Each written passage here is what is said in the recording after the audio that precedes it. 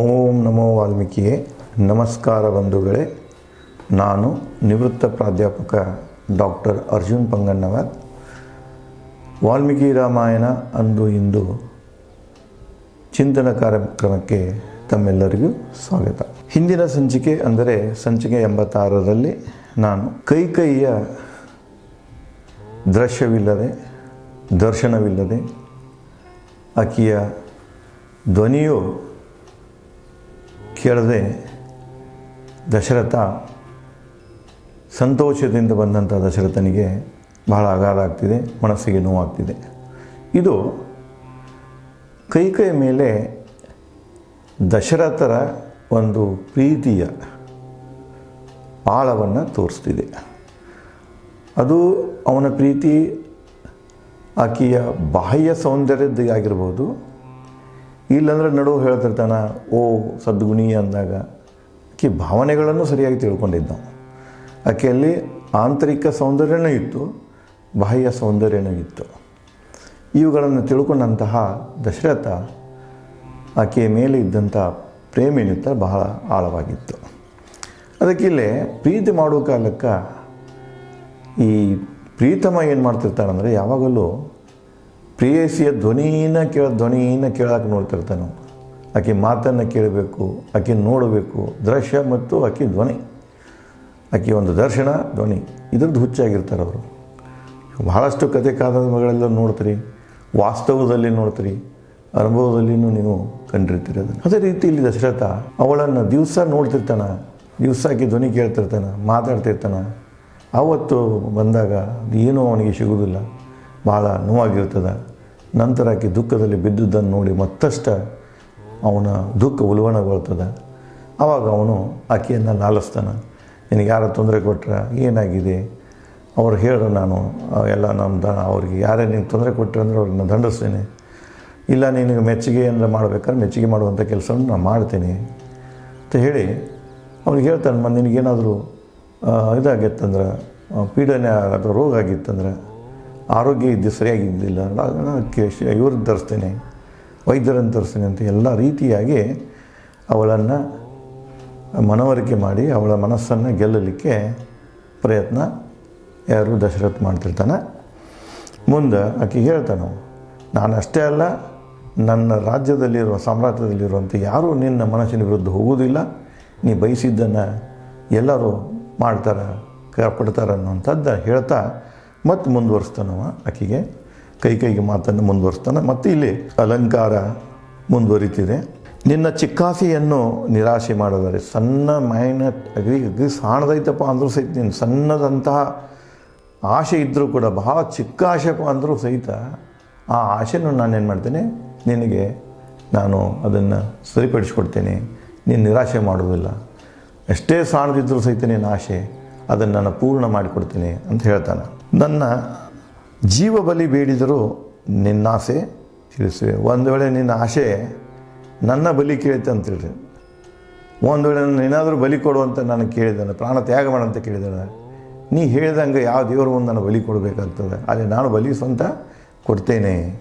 ಇದು ನಿನ್ನ ಆಸೆ ಆಗಿದ್ರೂ ಸಹಿತ ನನ್ನ ಜೀವವನ್ನು ಸಹಿತ ನಾನು ನಿನಗಾಗಿ ಬಿಟ್ಟು ಕೊಡ್ತೇನೆ, ತ್ಯಾಗ ಮಾಡ್ತೇನೆ ಅಂತ ಹೇಳ್ತಾನೆ.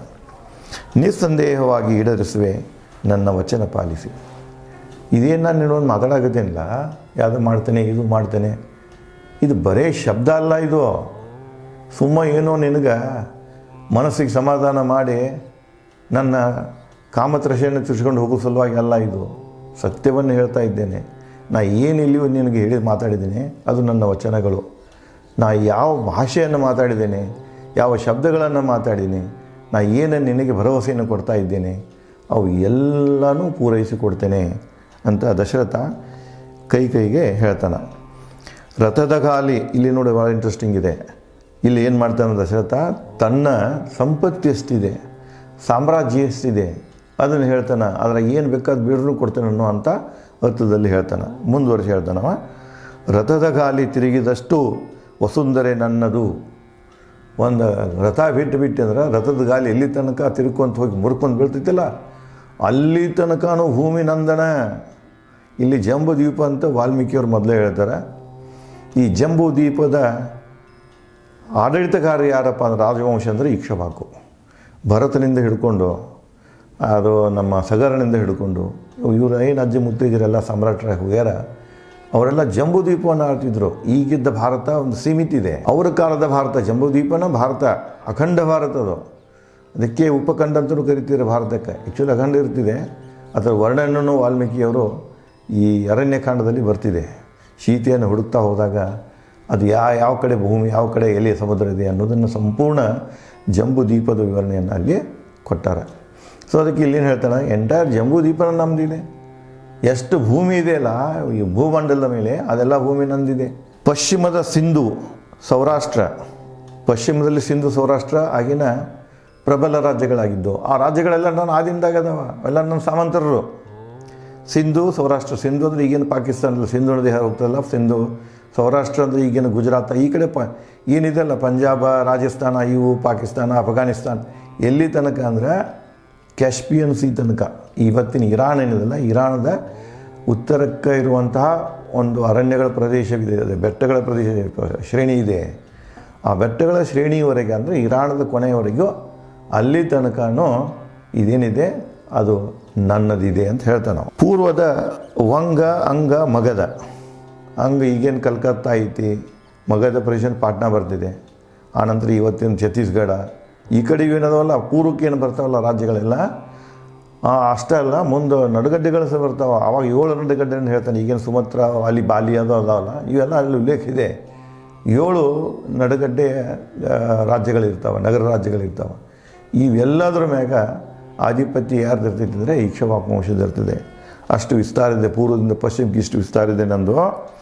ಮತ್ಸ್ಯ, ಕಾಶಿ, ಕೋಸಲ ಸಮೃದ್ಧ ದೇಶಗಳು. ಮಗಧ ಇವೆಲ್ಲದ ಈಗೇನಿದಾವಲ್ಲ ಮತ್ಸ್ಯ, ಮುಂದೆ ಕಾಶಿ, ಕೋಸಲ, ಇವೆಲ್ಲ ಸಮೃದ್ಧ ದೇಶಗಳೆಲ್ಲ ಏನಿವೆ ನನ್ನ ಅಧೀನದಲ್ಲಿವೆ, ನನ್ನ ಅಧೀನದಲ್ಲಿವೆ. ರಾಜ್ಯ ವಿಸ್ತಾರದ ಬಗ್ಗೆ ಹೇಳ್ತಾನೆ.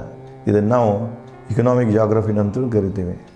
ಈ ಒಂದು ಬಂಡವಾಳ ಎಷ್ಟಿದೆಪ್ಪ, ಸಂಪತ್ತು ಎಷ್ಟಿದೆ ಅಂದರೆ ಪೂರ್ವ ಪಶ್ಚಿಮಕ್ಕೆ, ಉತ್ತರ ದಕ್ಷಿಣಕ್ಕೆ ಏನು ಭೂಮಿ ಇದೆ, ಒಂದು ಸಮುದ್ರ ಅಂಚೆಯಿಂದ ಇನ್ನೊಂದು ಸಮುದ್ರದ ಅಂಚೆವರೆಗೆ, ಈ 4 ಕಡೆ ಸಮುದ್ರ ನೋಡಿ ನೀರು ಇದೆಯಲ್ಲ, ಆ ಎಂಟೈರ್ ಭೂಮಿ, ಆ ಸಂಪತ್ತು ನನ್ನದು, ನಮ್ಮ ಕುಲದ್ದು ಅಂಥೇಳಿ ಯಾರು ದಶರಥರು ಕೈಗೆ ಹೇಳ್ತಾರೆ. ಅಲ್ಲಿರುವುದು ಚಿನ್ನ, ಧಾನ್ಯ, ಆಡು, ಕುರಿ, ಬಹು ಉತ್ಪನ್ನ. ಪಡೆದುಕೋ ನೀನು ಇಚ್ಛಿಸಿದ್ದನ್ನು ಓ ಕೈ. ಇಷ್ಟೆಲ್ಲ ಸಾಮ್ರಾಜ್ಯ ಇದೆ ನಮ್ಮದು, ವಿಶಾಲವಾದ ರಾಜ್ಯ ಇದೆ. ಏನೆಲ್ಲ ಬೆಳಿತೀವಿ ನಾವು, ಏನೆಲ್ಲ ಬೆಳೀತಾರೆ. ಧನ ಸಂಪತ್ತಿದೆ, ಪಶು ಸಂಪತ್ತಿದೆ, ಧಾನ್ಯ ಸಂಪತ್ತಿದೆ, ಎಲ್ಲ ಪ್ರಕಾರದ ಸಂಪತ್ತು ನನ್ನ ರಾಜ್ಯದಲ್ಲಿದೆ. ನಿನಗೆ ಏನು ಬೇಕು ಕೈ ಕೇಳಿ ತಗೋ ಅದನ್ನು. ನೀ ಬೇಡಿದ್ದನ್ನು, ಸಂಪತ್ತನ್ನು, ನೀ ಬೇಡಿದ್ದ ವಲಯಗಳನ್ನು, ರಾಜ್ಯಗಳನ್ನು, ಪ್ರದೇಶಗಳನ್ನು ನಾನು ನಿನಗೆ ನಿನಗೆ ಕೊಡ್ತೇನೆ, ನಾನು ಕೇಳಂತ ಹೇಳ್ತಾನೆ. ಪಡೆದಕ್ಕೂ ನೀ ಇಚ್ಛಿಸಿದ್ದನ್ನು ಓ ಕೈ, ಅಂಜದೆ ಹೇಳು ನಿನ್ನ ದುಃಖದ ಕಾರಣ ಓ ಕೈ. ಇಷ್ಟೆಲ್ಲ ಹೇಳ್ತಾನೆ. ಇದನ್ನೆಲ್ಲ ನಾನು ಹೇಳ್ತಾ ಇದ್ದೇನೆ, ನಿನಗೆಲ್ಲ ಕೊಡ್ತೇನೆ ಅಂತ ಹೇಳ್ತೇನೆ, ನಾನು ಹೇಳಿದ್ದೆಲ್ಲ ಮಾಡ್ತೇನೆ ಅಂತ ಹೇಳ್ತೇನೆ, ಎಲ್ಲವನ್ನು ನಿನಗೆ ಹೇಳ್ತಾ ಇದ್ದೇನೆ. ನೀನು ಮಾತ್ರ ಇನ್ನೂ ಮಾತಾಡ್ತಾ ಇಲ್ಲ. ನೀ ಹೆದರಕ್ಕೆ ಹೋಗಬೇಡ, ಅಂಜದೆ ಏನು ಮಾಡಿಬಿಡು, ನಿನಗೆ ಏನು ಬೇಕು, ನಿನ್ನ ದುಃಖಕ್ಕೆ ಕಾರಣ ಏನು ಅನ್ನೋದನ್ನು ನನಗೆ ಹೇಳು ಅಂತ ಹೇಳ್ತಾನೆ. ಸೂರ್ಯ ಮಂಜು ಸರಿಸಿದಂತೆ ಅದನ್ನು ಸರಿಸಿವೆ. ನಿನ್ನ ದುಃಖಕ್ಕೆ ಕಾರಣ ಏನಿದೆ ಅದನ್ನು ಹೇಳಿಕೊಟ್ಬಿಡು. ಸೂರ್ಯೋದಯ ಆದ ತಕ್ಷಣ ನೋಡಿ ಕವಿ ಆ ನಮನೆ ಅನುಭವ ಇದೆ ಅವನಲ್ಲಿ. ಈ ಮಂಜು ಬೀಳ್ತಿರ್ತದೆ, ಸೂರ್ಯೋದಯಕ್ಕಿಂತ ಮಂಜು ಬೀಳ್ತಿರ್ತದೆ, ಮೊದಲು ಮಂಜು ಬೀಳ್ತಿರ್ತದೆ. ಸೂರ್ಯೋದಯ ಆದ ನಂತರ ಆ ಸೂರ್ಯೋದಯದ ಕಿರಣಗಳಿಂದ ಮಂಜು ಏನಾಗ ಹಿಡಿತದೆ, ಎಲ್ಲಿ ಬಿದ್ದಿರ್ತಲ್ಲ ಕರಿಗೆ ಕೆಳಗೆ ಸರಿಯಾಗಿ ಹಿಡಿತದೆ. ಯಾವ ರೀತಿ ಸೂರ್ಯನ ಪ್ರಕಾಶದಿಂದ ಮಂಜು ಸರಿದು ಹೋಗ್ತಿದೆ, ಆ ರೀತಿ ನಾನು ನಿನ್ನ ದುಃಖದ ಕಾರಣಗಳನ್ನು ಸರಿಸುವೆ, ಹೋಗಲಾಡಿಸುವೆ ಅಂಥೇಳಿ ದಶರಥ ಕೈಗೆ ಹೇಳುತ್ತಾನೆ.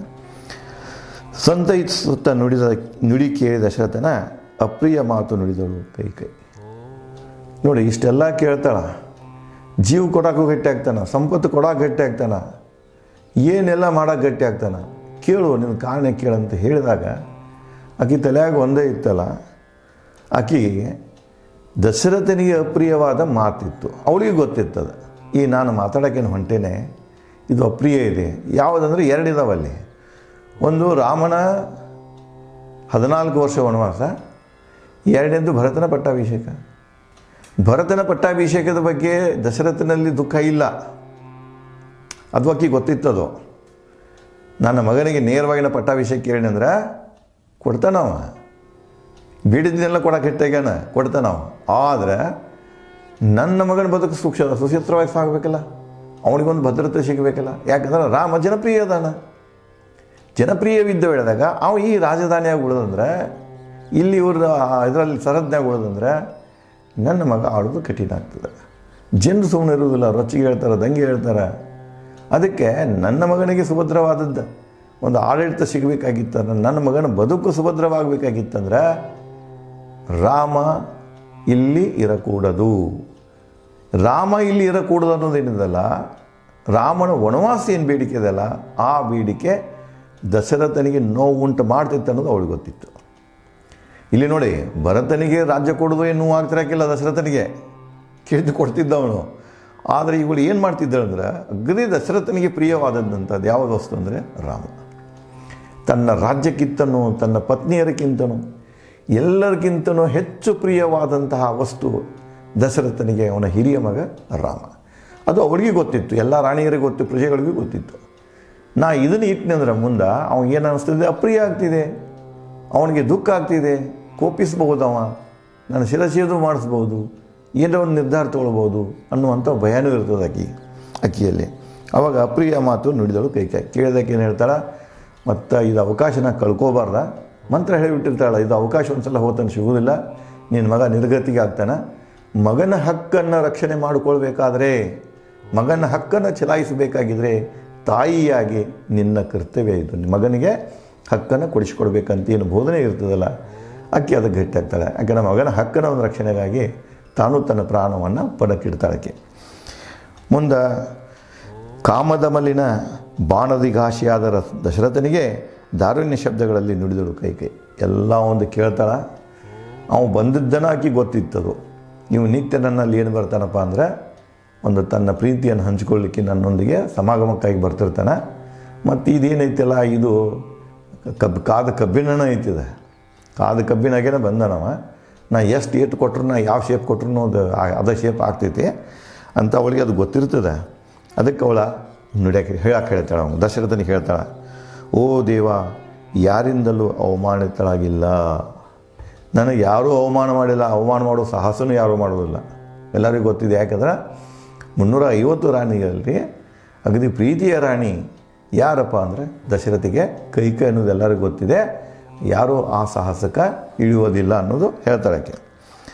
ಮುಂದೆ ನಿರಾಶೆಯೂ ಆಗಿಲ್ಲ, ನನಗೇನೂ ಸಿಕ್ಕಿಲ್ಲಂತ ಇಲ್ಲ, ಎಲ್ಲನೂ ಕೊಟ್ಟಿದೆಯಾ ನೀನು, ನಾ ಏನು ಬಯಸಿದನು ಎಲ್ಲ ನನ್ನಲ್ಲಿದೆ, ನನಗೆ ಕೊಟ್ಟಿದೆಯಾ ನೀನು, ನನಗೇನೂ ಸಿಕ್ಕಿಲ್ಲಂತ ನನಗೇನು ನಿರಾಶೆ ಇಲ್ಲ, ನನಗೆಲ್ಲ ನೀನು ಕೊಟ್ಟಿದೆಯಾ, ನಿನ್ನಿಂದ ಖಂಡಿತ ಆಸೆ ತೀರಿಸಿಕೊಳ್ಳಬೇಕಾಗಿದ್ದೀನಿ. ಆದರೂ ಕೂಡ ನನ್ನದೊಂದು ಆಸೆ ಇದೆ, ಆ ಆಸೆಯನ್ನು ನಾನು ತೀರಿಸಿಕೊಳ್ಳಬೇಕಾಗಿದೆ. ಹಂಗಾರೆ ನನ್ನ ಆಸೆ ಏನು ಅನ್ನೋದನ್ನು ಆಕೆ ಹೀಗೆ ಹೇಳ್ತಾಳೆ, ನನ್ನ ಆಸೆ ಈಡೇರಿಸಲು ಇಚ್ಛಿಸಿದಲ್ಲಿ ನೀ ವಚನ ಕೊಡುವ ನನಗೆ. ನನ್ನ ಆಸೆ ನಿನ್ನ ಹೇಳ್ಕೊಡ್ತೇನೆ ನಾ, ಆದರೆ ನನಗೇನು ಹೇಳಬೇಕು, ಇಷ್ಟೆಲ್ಲ ಮಾತಿನ ವಚನಗಳನ್ನು ಕೊಟ್ಕೊತ ಬಂದಿ ನೀನು. ಆದರೆ ಇಲ್ಲಿ ನನಗೆ ಏನನ್ನು ನಾನು ಆಸೆ ವ್ಯಕ್ತಪಡಿಸ್ತೇನೆ ನಿನ್ನ ಮುಂದೆ, ಅದನ್ನು ಪೂರ್ಣಗೊಳಿಸ್ತೇನೆ ಅನ್ನುವಂಥ ವಚನ ಮೊದಲು ನೀನು ನನಗೆ ಕೊಡಬೇಕು. ವಚನ ಕೊಟ್ಟ ನಂತರ ನನ್ನ ಆಸೆ ಏನಿದೆ ಅದನ್ನು ನಿನ್ನಲ್ಲಿ ಹಂಚಿಕೊಳ್ಳುತ್ತೇನೆ ಅಂಥೇಳಿ ಕೈಕೈ ಒಂದು ಷರತ್ತನ್ನು ಹಾಕ್ತಾಳೆ. ಮುಂದೆ ಅದಕ್ಕೆ ದಶರಥರು ಯಾವ ರೀತಿಯಾಗಿ ಸ್ಪಂದಿಸ್ತಾರೆ, ಮುಂದೆ ಅವ್ರ ಮಧ್ಯದಲ್ಲಿ ಏನು ಸಂವಾದ ನಡೀತಿದೆ, ಏನು ಒಂದು ಸ್ಥಿತಿ ನಿರ್ಮಾಣ ಆಗ್ತಿದೆ ಅನ್ನೋದನ್ನು ಮುಂದಿನ ಸಂಚಿಕೆಯಲ್ಲಿ ನಾನು ಆ ಚಿಂತನೆಗಳನ್ನು, ವಿಚಾರಗಳನ್ನು ಮತ್ತು ಕಾವ್ಯ ರೂಪವನ್ನು, ಕಾವ್ಯದ ಶೈಲಿಯನ್ನು ಸಾಧ್ಯವಾದಷ್ಟು ತಮ್ಮಲ್ಲಿ ಹಂಚಿಕೊಳ್ಳುವೆ. ಧನ್ಯವಾದಗಳು.